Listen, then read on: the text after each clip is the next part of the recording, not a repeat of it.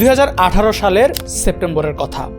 Nike কোম্পানির বোর্ডরুমে চলছে তুমুল বিতর্ক। একদিকে মার্কেটিং টিম বলছে এই বিজ্ঞাপনটা আমাদের কোম্পানি ধ্বংস করে দেবে, অন্যদিকে সিইও বলছে আমরা এই ঝুঁকি নেব। কি ছিল সেই বিজ্ঞাপনে? কলিন কিপারনিক নামের একজন ফুটবল খেলোয়াড় ছিলেন। তিনি একটা কাজ করতেন যেটা অনেক আমেরিকানদের রাগিয়ে দিয়েছিল। আমেরিকায় খেলার আগে জাতীয় সঙ্গীত বাজানো হয়, সবাই দাঁড়িয়ে থাকে বুকে হাত দিয়ে, কিন্তু কিপারনিক দাঁড়াতেন না, তিনি হাঁটু গেড়ে বসে থাকতেন। এটাই ছিল তার আমেরিকায় হওয়া কালো মানুষদের প্রতি অন্যায়ের প্রতিবাদ। যিনি আমেরিকার জাতীয় সঙ্গীতের সময় প্রতিবাদে হাঁটু গেড়ে বসতেন, কিপারনিকের এই প্রতিবাদের কারণে তার কেরিয়ার শেষ হয়ে যায়। তারপর নাইকি একটা বিজ্ঞাপন বানালো যেখানে কিপারনিকের ছবি দিয়ে লেখা believe in something even if it means sacrificing everything. ফলাফল, হাজার হাজার আমেরিকান নাইকি এর জুতা পুড়িয়ে ফেলল। সোশ্যাল মিডিয়ায় বয়কট নাইকি হ্যাশট্যাগ ট্রেন্ড চালু হলো। মনে হচ্ছিল নাইকি শেষ, কিন্তু তারপর যা হলো সেটা ইতিহাসের সবচেয়ে অবিশ্বাস্য মার্কেটিং স্টোরি। প্রথম সপ্তাহেই নাইকি এর অনলাইন সেলস বেড়ে গেল 31%। শেয়ারের দাম ছুঁয়ে গেল আকাশ। এই যে খারাপ ধারণা থেকে ভালো ফলাফল, এটাই নেগেটিভ মার্কেটিংয়ের জাদু। কিন্তু প্রশ্ন হলো, কেন এমন হলো? কেন মানুষ নাইকিকে বয়কট করার কথা বলে শেষে তাদের কাছ থেকেই কিনল? অথবা জোভানের ওরে মন গানে মাত্রাতিরিক্ত কটু অভিনয়ের পরেও কেন সেই নাটকে কোটি কোটি ভিউ? এর জবাব লুকিয়ে আছে আমাদের মস্তিষ্কের গভীরে। আসলে আমাদের মানুষের একটা অদ্ভুত বৈশিষ্ট্য আছে। কি সেই বৈশিষ্ট্য তা অবশ্যই জানবো, কিন্তু তার আগে বলে নেই, এতক্ষণ পর্যন্ত যে মার্কেটিং স্ট্র্যাটেজিগুলোর কথা বললাম সেগুলো নেগেটিভ মার্কেটিং। এটা এমন একটা কৌশল যেখানে কোম্পানিগুলো ইচ্ছাকৃত অথবা অনিচ্ছাকৃতভাবে বিতর্ক বা নেগেটিভ প্রতিক্রিয়া তৈরি করে মানুষের মনোযোগ আকর্ষণ করে। কিভাবে করে, কেন জেনজির এই যুগে নেগেটিভ মার্কেটিং এত বেশি ছড়িয়ে গেছে তা জানবো আজকের ভিডিওতে।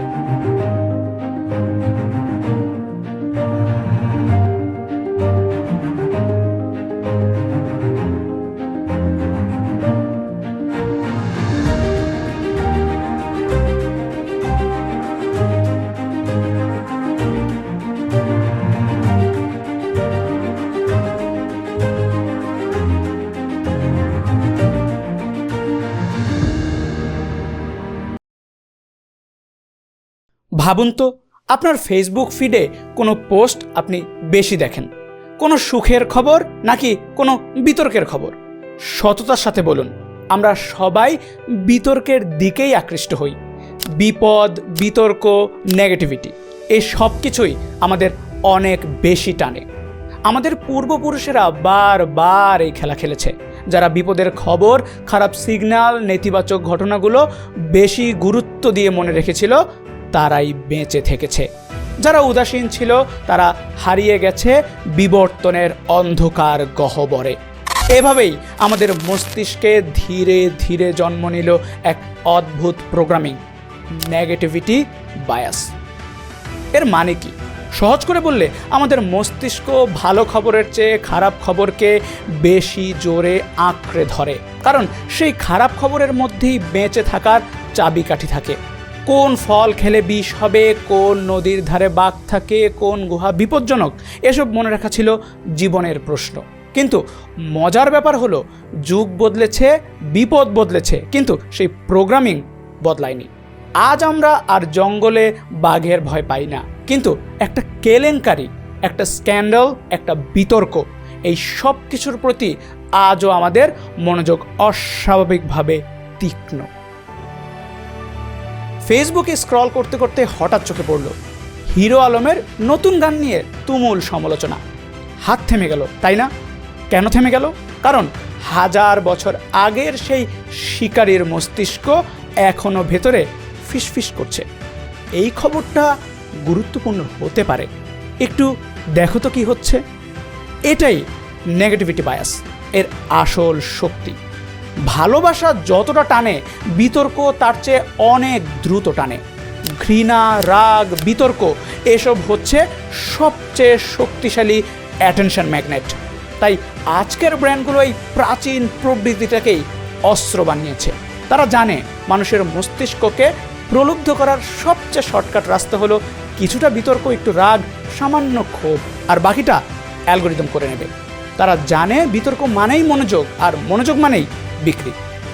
প্রথমে নাইকির উদাহরণ দিয়ে শুরু করেছিলাম, কিন্তু নাইকি একা নয়, এর আগেও অনেক কোম্পানি এই কৌশল ব্যবহার করেছে। 2019 সালের কথা, আমেরিকার multinational fast food restaurant burger king ইন্টারনেটে একটা ছবি পোস্ট করলো। সেখানে তাদের নিজেদের বার্গারের পাশে রাখা হয়েছিল ম্যাকডোনাল্ডসের বিগ ম্যাক। কিন্তু বিগ ম্যাকটা দেখতে ভয়ঙ্কর বাজে, পচা, বিবর্ণ, আর বার্গার কিং এর বার্গার দেখতে একদম ফ্রেশ। সাথে লেখা, আমরা আমাদের বার্গারে কৃত্রিম রং ব্যবহার করি না। ম্যাকডোনাল্ডসের ফ্যানরা রেগে গেল, কিন্তু ইন্টারনেট জুড়ে ভাইরাল হয়ে গেল এই বিজ্ঞাপন।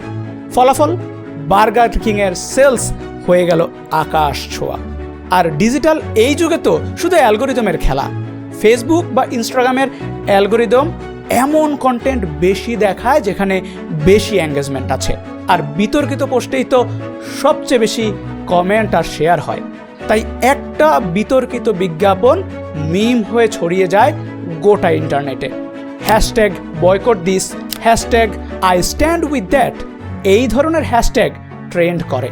আর ট্রেন্ড মানে ফ্রি পাবলিসিটি, যার দাম কোটি টাকা। এখন আপনারা হয়তো ভাবছেন, সব কোম্পানি কি ইচ্ছে করেই এমন করে? আসলে দুই ধরনের নেগেটিভ মার্কেটিং আছে। একটা হলো ইন্টেনশনাল, মানে ইচ্ছাকৃত। এখানে কোম্পানি জেনে বুঝে এমন কিছু করে যা বিতর্ক তৈরি করবে। নাইকি, বার্গার কিং এরা এই কাজ করেছিল পরিকল্পিতভাবে। অথবা আশিস চাঞ্চালানি আর এল্লি আভরামের সেই গান কিছু ফুটেজের কারণে ইচ্ছাকৃতভাবে গুজব ছড়ালো, ইনস্টাতে বাজে মন্তব্যে ভরে গেল, আর সেই হাইপ না হয়ে হয়তো গানটা বলিউডের হাজারো গানের মতো হারিয়েই যেত। এইভাবেই কাজ করে ইন্টারন্যাশনাল নেগেটিভ মার্কেটিং। আরেকটা হলো আনইনটেনশনাল, মানে দুর্ঘটনাবশত। এখানে কোম্পানি ভালো উদ্দেশ্যে কিছু করে, কিন্তু মানুষ সেটা ভুল বুঝে ফেলে। উদাহরণ দিই, 2017 সালে ডাভ সাবান কোম্পানি একটা বিজ্ঞাপন বানালো। সেখানে একজন কালো নারী ডাভ সাবান ব্যবহার করার পর সাদা হয়ে গেল। ডাবের উদ্দেশ্য ছিল বোঝানো যে তাদের সাবান সবার জন্য, কিন্তু মানুষ ভাবলো এটা বর্ণবাদী বিজ্ঞাপন, ভাবলো ডাব এটা দিয়ে কালোদের নির্মূল করার বার্তা দিচ্ছে। তুমুল বিতর্ক হলো, ডাবকে ক্ষমা চাইতে হলো। এখন প্রশ্ন হলো, এই কৌশলে লাভ বেশি নাকি ক্ষতি বেশি? প্রথমে লাভের কথা বলি। তাৎক্ষণিক ভাইরালিটি পাওয়া যায়, যা সাধারণত কোটি টাকা খরচ করেও সম্ভব হয় না। ফ্রি পাবলিসিটি হয়, সবার মুখে মুখে ব্র্যান্ডের নাম থাকে, আর সবচেয়ে বড় বিষয়, টার্গেট অডিয়েন্স আরও বেশি লয়াল হয়ে যায়। নাইকি এর ক্ষেত্রে যারা কলিন কাইপারনিকের সাথে একমত ছিল, তারা নাইকিকে আরও বেশি পছন্দ করতে শুরু করলো। তারা ভাবলো এই কোম্পানি আমাদের মতো করেই চিন্তা করে। কিন্তু ক্ষতিও আছে। ব্র্যান্ডের সুনাম নষ্ট হতে পারে, দীর্ঘমেয়াদী ক্ষতি হতে পারে। আজকালকার ক্যান্সেল কালচারের যুগে একবার ভুল হলে মানুষ সেই কোম্পানিকে পুরোপুরি ছেড়ে দিবে। এখন আসি নৈতিকতার প্রশ্নে, এটা করা কি ঠিক? একটা গল্প বলি। 2020 সালে পেপসি একটা বিজ্ঞাপন বানিয়েছিল, যেখানে একজন তরুণী একটা প্রতিবাদ মিছিলে পেপসি দিয়ে পুলিশের সাথে শান্তি স্থাপন করছে। মানুষ এটাকে সিরিয়াস সোশ্যাল ইস্যু নিয়ে ব্যবসা করার চেষ্টা হিসেবে দেখল। এখানেই সীমারেখা। যদি কোনো কোম্পানি মিথ্যা তথ্য দিয়ে প্রতিদ্বন্দ্বীর ক্ষতি করে বা মানুষের ধর্মীয় সাংস্কৃতিক অনুভূতিতে আঘাত দেয়, সেটা অবশ্যই ভুল। কিন্তু যদি সত্যিকারের কোনো সামাজিক বার্তা থাকে, যদি আসলেই কোনো ভালো কাজের উদ্দেশ্য থাকে, তাহলে সেটা গ্রহণযোগ্য। নাইকি যখন সোশ্যাল জাস্টিস নিয়ে কথা বলল, তাদের একটা পজিটিভ মেসেজ ছিল, সমতা ও ন্যায় বিচারের পক্ষে। যদিও বিতর্ক হয়েছিল, কিন্তু উদ্দেশ্য মহৎ ছিল। তো যদি আপনি কোনো ব্র্যান্ডের মালিক হন, কিভাবে এই পরিস্থিতি সামলাবেন। 2018 সালে ইউকের কেএফসিতে চিকেন শেষ হয়ে গিয়েছিল। ভাবুন তো, একটা চিকেনের দোকানে চিকেন নেই, মানুষ তুমুল রেগে গেল। কেএফসি কি করলো? তারা একটা বিজ্ঞাপন দিল বিশাল করে, FCK, উই আর সরি লিখে সৃজনশীল ক্ষমা চাওয়া সবাইকে হাসিয়ে দিল। রাগ পরিণত হলো ভালোবাসায়। এবার আসি আমাদের বাংলাদেশের প্রসঙ্গে। আমাদের দেশের কনটেক্সট একটু আলাদা, কারণ আমাদের পারিবারিক ও ধর্মীয় মূল্যবোধ অনেক গভীর। পশ্চিমা দেশে যেটা স্বাভাবিক, এখানে সেটা বিতর্কিত হতে পারে। আমাদের সোশ্যাল মিডিয়ার ব্যবহারকারীরা অনেক বেশি ইমোশনাল। একবার কোনো কিছু নিয়ে মানুষ রেগে গেলে সেটা অনেক দূর পর্যন্ত যায়। আর সবচেয়ে বড় কথা, আমাদের দেশে একবার ভুল হলে ক্ষমা পেতে অনেক সময় লাগে। মানুষ সহজে ভুলে যায় না। তাই যে কোনো বাংলাদেশি ব্র্যান্ডের উচিত খুবই সাবধান থাকা, আমাদের সংস্কৃতি, ঐতিহ্য আর মানুষের অনুভূতির প্রতি সম্মান দেখিয়ে নিজেদের ব্যবসা পরিচালনা করা।